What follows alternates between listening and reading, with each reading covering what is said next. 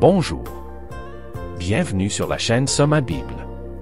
Je suis heureux de vous présenter la leçon 10 de l'école du sabbat pour le 4e trimestre de l'année 2024.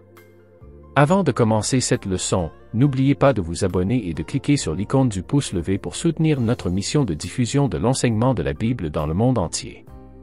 Mes amis, Jésus revient bientôt. Le titre de cette leçon: Le chemin, la vérité et la vie. Prions. Notre Père Céleste, nous te remercions pour cette leçon. Nous demandons à ton Esprit Saint de nous guider et de nous aider à comprendre cette leçon. Aide-nous à la mettre en pratique. Au nom de Jésus, nous te prions. Amen.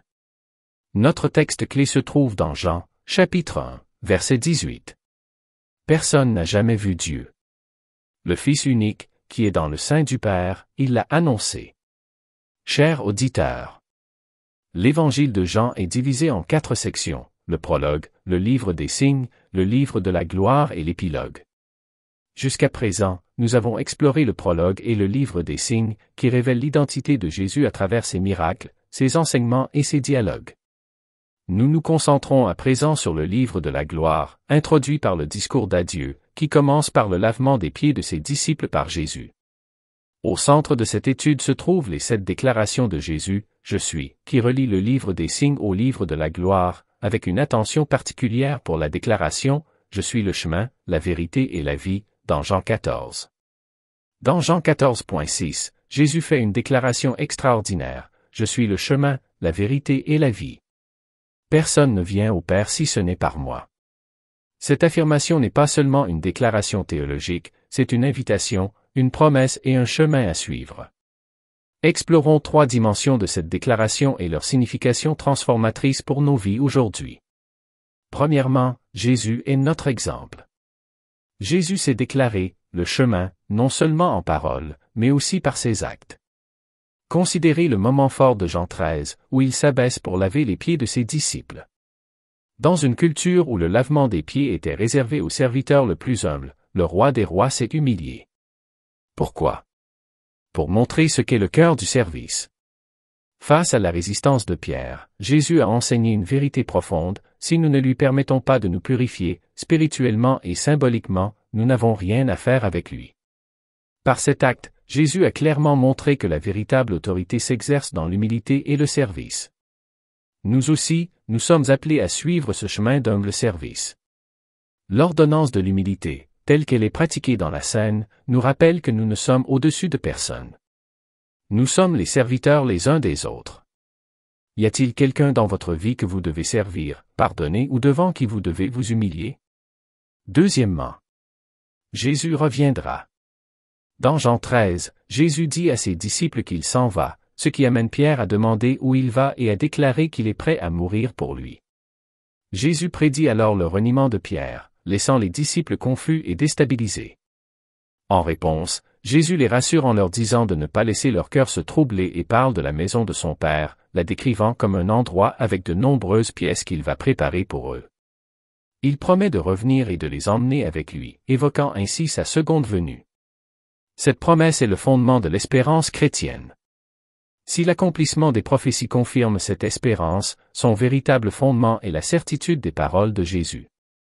Au verset 3 de Jean 14, la promesse de Jésus, « Je reviendrai », est exprimée à un temps grec qui traduit une certitude absolue, comme si l'événement futur était déjà en train de se dérouler.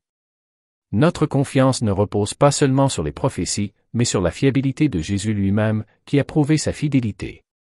Troisièmement, la vérité, Jésus, notre révélation. Dans Jean 14h5, Thomas demande à Jésus, « Seigneur, nous ne savons pas où tu vas, comment pouvons-nous connaître le chemin? » Cette question reflète la confusion de Thomas et son désir de clarifier la destination de Jésus et le chemin pour le suivre.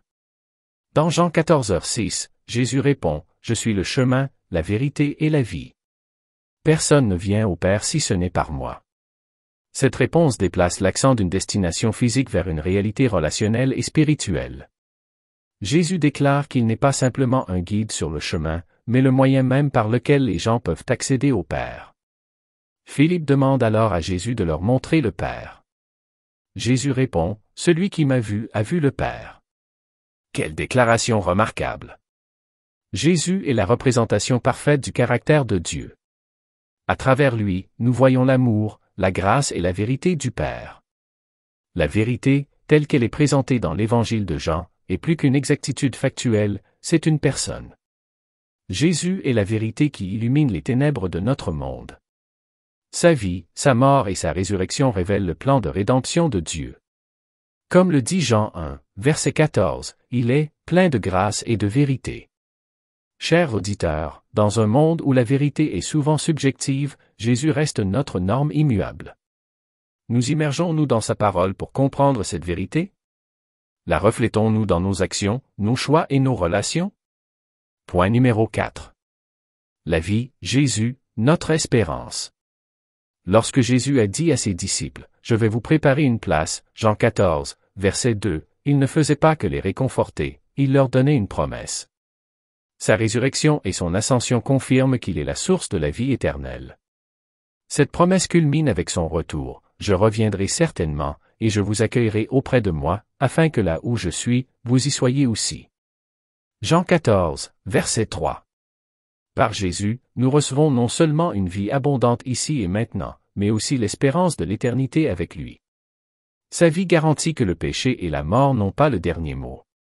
Vivons-nous comme si cette promesse était réelle? Nos cœurs sont-ils ancrés dans la certitude de son retour? La croix et le tombeau vide nous rappellent que les promesses de Jésus ne manquent jamais. Point numéro 5. L'Écriture et la vérité. Réfléchissez à ce que signifie pour Jésus d'être la vérité. Jésus est le Logo, la parole qui était avec Dieu dès le commencement et qui est le Créateur de toutes les choses créées. Un avec le Père d'éternité en éternité, Jésus a les caractéristiques du Père et est donc aussi le « Je suis ». Son être n'est soumis à personne ni à rien d'autre. Rien de ce qui existe, y compris la connaissance, n'existe en dehors de lui. Et tout ce qui existe, tout ce qui a été créé, n'a été créé que par Jésus et n'existe également qu'en lui. Car c'est par lui qu'ont été créées toutes les choses qui sont dans les cieux et sur la terre, les visibles et les invisibles, qu'il s'agisse de trône, de dignité, de domination, de principauté ou d'autorité. Tout a été créé par lui et pour lui. Et il est avant toute chose, et en lui. C.S. Lewis a écrit un jour, « Je crois au christianisme comme je crois que le soleil s'est levé, non seulement parce que je le vois, mais parce que par lui je vois tout le reste. » Jésus, en tant que chemin, vérité et vie, est comme le soleil levant. Il éclaire notre chemin, révèle ce qui est réel et donne vie à toute la création. Jésus et ses disciples se sont référés aux Écritures à maintes reprises pour confirmer qu'il était le Messie. Le Christ a dit, « Si vous croyez Moïse, vous me croiriez, car c'est de moi qu'il a écrit. Mais si vous ne croyez pas ses écrits, comment croirez-vous mes paroles? » Alors que nous réfléchissons à Jésus comme le chemin, la vérité et la vie, engageons-nous à nouveau à marcher dans ses pas, à embrasser sa vérité et à vivre dans l'espoir de son retour. Si vous n'avez jamais entièrement abandonné votre vie à lui, c'est le moment. Il est le seul chemin vers le Père. Faites-lui confiance aujourd'hui. Prions avant de conclure. Seigneur Jésus, tu es notre chemin, notre vérité et notre vie. Aide-nous à te suivre avec humilité, à vivre dans ta vérité et à trouver l'espoir dans tes promesses.